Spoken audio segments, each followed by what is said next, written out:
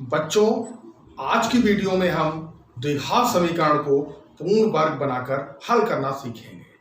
हम इसको इतनी सरलता और इतनी सहजता के साथ करना सीखेंगे कि जब भी आप इसको करने बैठोगे तो बहुत आसानी से इन प्रश्नों को हल कर सकते हो। तो बच्चों, आज प्रारंभ करते हैं पूर्ण वर्ग विधि से द्विघात समीकरण को हल करना। तो बच्चों, आज का प्रश्न क्या है? 2x² - 7x + 3 = 0। हमें बच्चों पूर्ण वर्ग बनाते समय यह ध्यान रखना होगा कि x² का गुणांक सदैव 1 होना चाहिए। तो हम इसके लिए क्या करेंगे, जितनी भी संख्या यहां पर लिखी हो x² के सामने गुणांक के रूप में, उससे हमें दोनों पक्षों में भाग दे देना होगा। तो अब बच्चों क्या होगा, यहां क्या लिखी है 2, तो हम कैसे लिखेंगे 2x² बटे 2 माइनस 7/2x प्लस 3/2 बराबर 0। अब देखो बच्चों, 2 से 2 कट गया, क्या बचा x² माइनस 7/2x प्लस 3/2 बराबर 0। ठीक है बच्चों, अब यहां पर अचर पद क्या है 3/2। क्या है बच्चों 3/2। अब हम इसको क्या करेंगे, पक्षांतर करेंगे। तो यहां पर प्लस का 3/2 है, तो जब पक्षांतर होकर इधर की ओर जाएगा तो क्या हो जाएगा बच्चों, माइनस का 3/2। तो कैसे लिखेंगे, देखो x² माइनस 7/2x बराबर -3/2। ठीक है, अब हम क्या करेंगे, लिखेंगे पूर्ण वर्ग बनाने हेतु क्या करना है बच्चों, यहीं पर समझना है बहुत आसान तरीके से। x के गुणांक का आधा, और हम क्या करेंगे, उसका वर्ग कर देंगे। हमें क्या करना है, x के गुणांक को लिख लेंगे और उसका क्या करेंगे, आधा कर देंगे, और जब आधा हो जाएगा तो हम उसका वर्ग करेंगे। कैसे, देखो देखो यहां पर x कहां लिखा है, ये लिखा है। x का गुणांक बच्चों क्या है, यहां पर 7/2। यहां पर x का गुणांक कितना है बच्चों, 7/2। अब क्या कह रहा है, इसका आधा, इसका क्या करना है, आधा। तो आधा करने के लिए हमने 1/2 से इसे गुणा कर दिया, और गुणा करने के बाद इसका होल स्क्वायर कर दिया। देखो कितना आसान सा काम है। 7 × 7 और 2 दूनी 4 और इसका स्क्वायर। अब क्या हो गया, 7 × 49/16।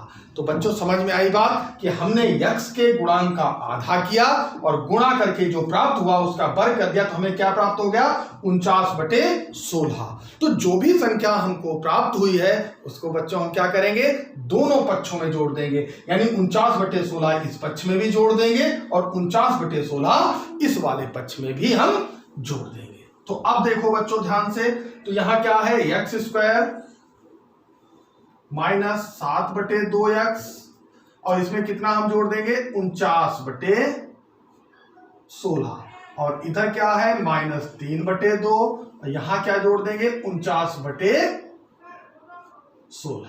अब बच्चों हमें क्या ध्यान देना है कि ये भी कोई ना कोई सूत्र के रूप में लिखा हुआ है। कैसे, देखो बच्चों, ये x है, इसको हम क्या लिख सकते हैं, x का होल स्क्वायर, और ये 49/16 है, इसको क्या लिख सकते हैं बच्चों हम, 7/4 का होल स्क्वायर प्लस, अब ये वाला पद क्या है, 2 गुणे पहला पद क्या है x, और दूसरा पद क्या है 7/4। इधर देखो, यानी यहां पर बच्चों हमें समझना है कि ये वाला पद जो है, हमने इसको x का स्क्वायर था होल स्क्वायर में लिख लिया, 49/16 था बच्चों, 7/4 का स्क्वायर लिख दिया, और 2 गुणे x यानी पहला पद गुणे 7/4 अर्थात दूसरा पद प्लस 7/2 का होल स्क्वायर। तो बच्चों, और यहां देखो कितना लघुत्तम होगा, 16, 2 का पहाड़ा पढ़ो, 2 8 16, यानी 8 बार गया, 8 × 3 = 24 प्लस 16 × 1 = 16 यानी एक बार गया तो 49 कम 49।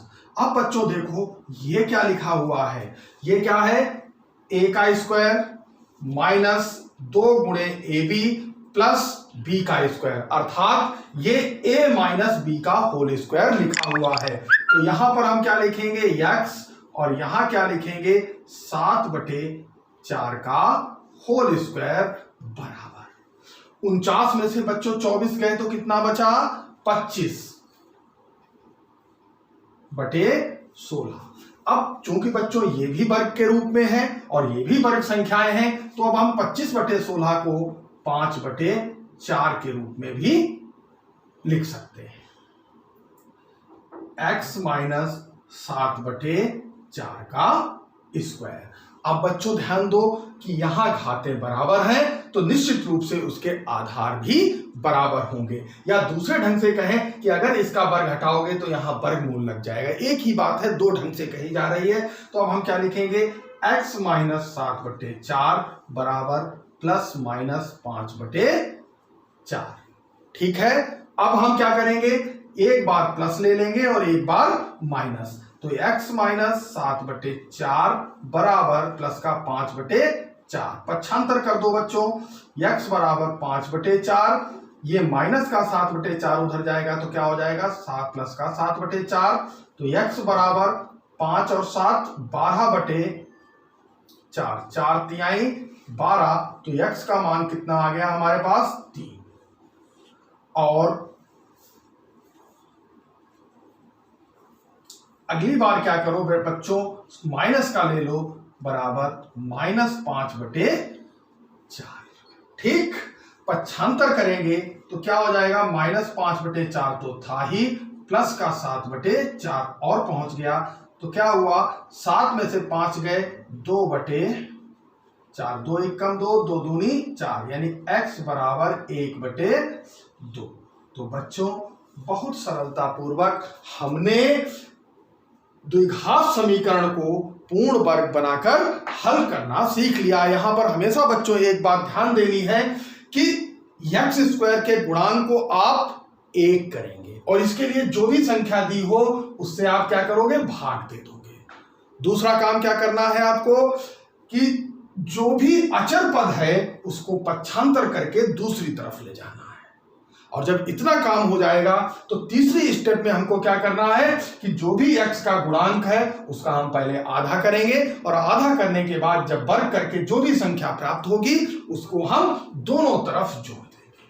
जब दोनों तरफ जोड़ेंगे तो बच्चों एक तरफ वाला पद सदैव a माइनस बी का होल स्क्वायर के रूप में होगा या a प्लस बी के होल स्क्वायर के रूप में होगा, और फिर हम उनकी तुलना करेंगे और x के मान ज्ञात कर लेंगे। चूंकि द्विघात समीकरण है तो सदैव बच्चों दो ही मूल प्राप्त होंगे। हाँ, ये हो सकता है कि दोनों समान हो या दोनों असमान हो। तो बच्चों आपको ये प्रश्न समझ में अवश्य आया होगा। धन्यवाद।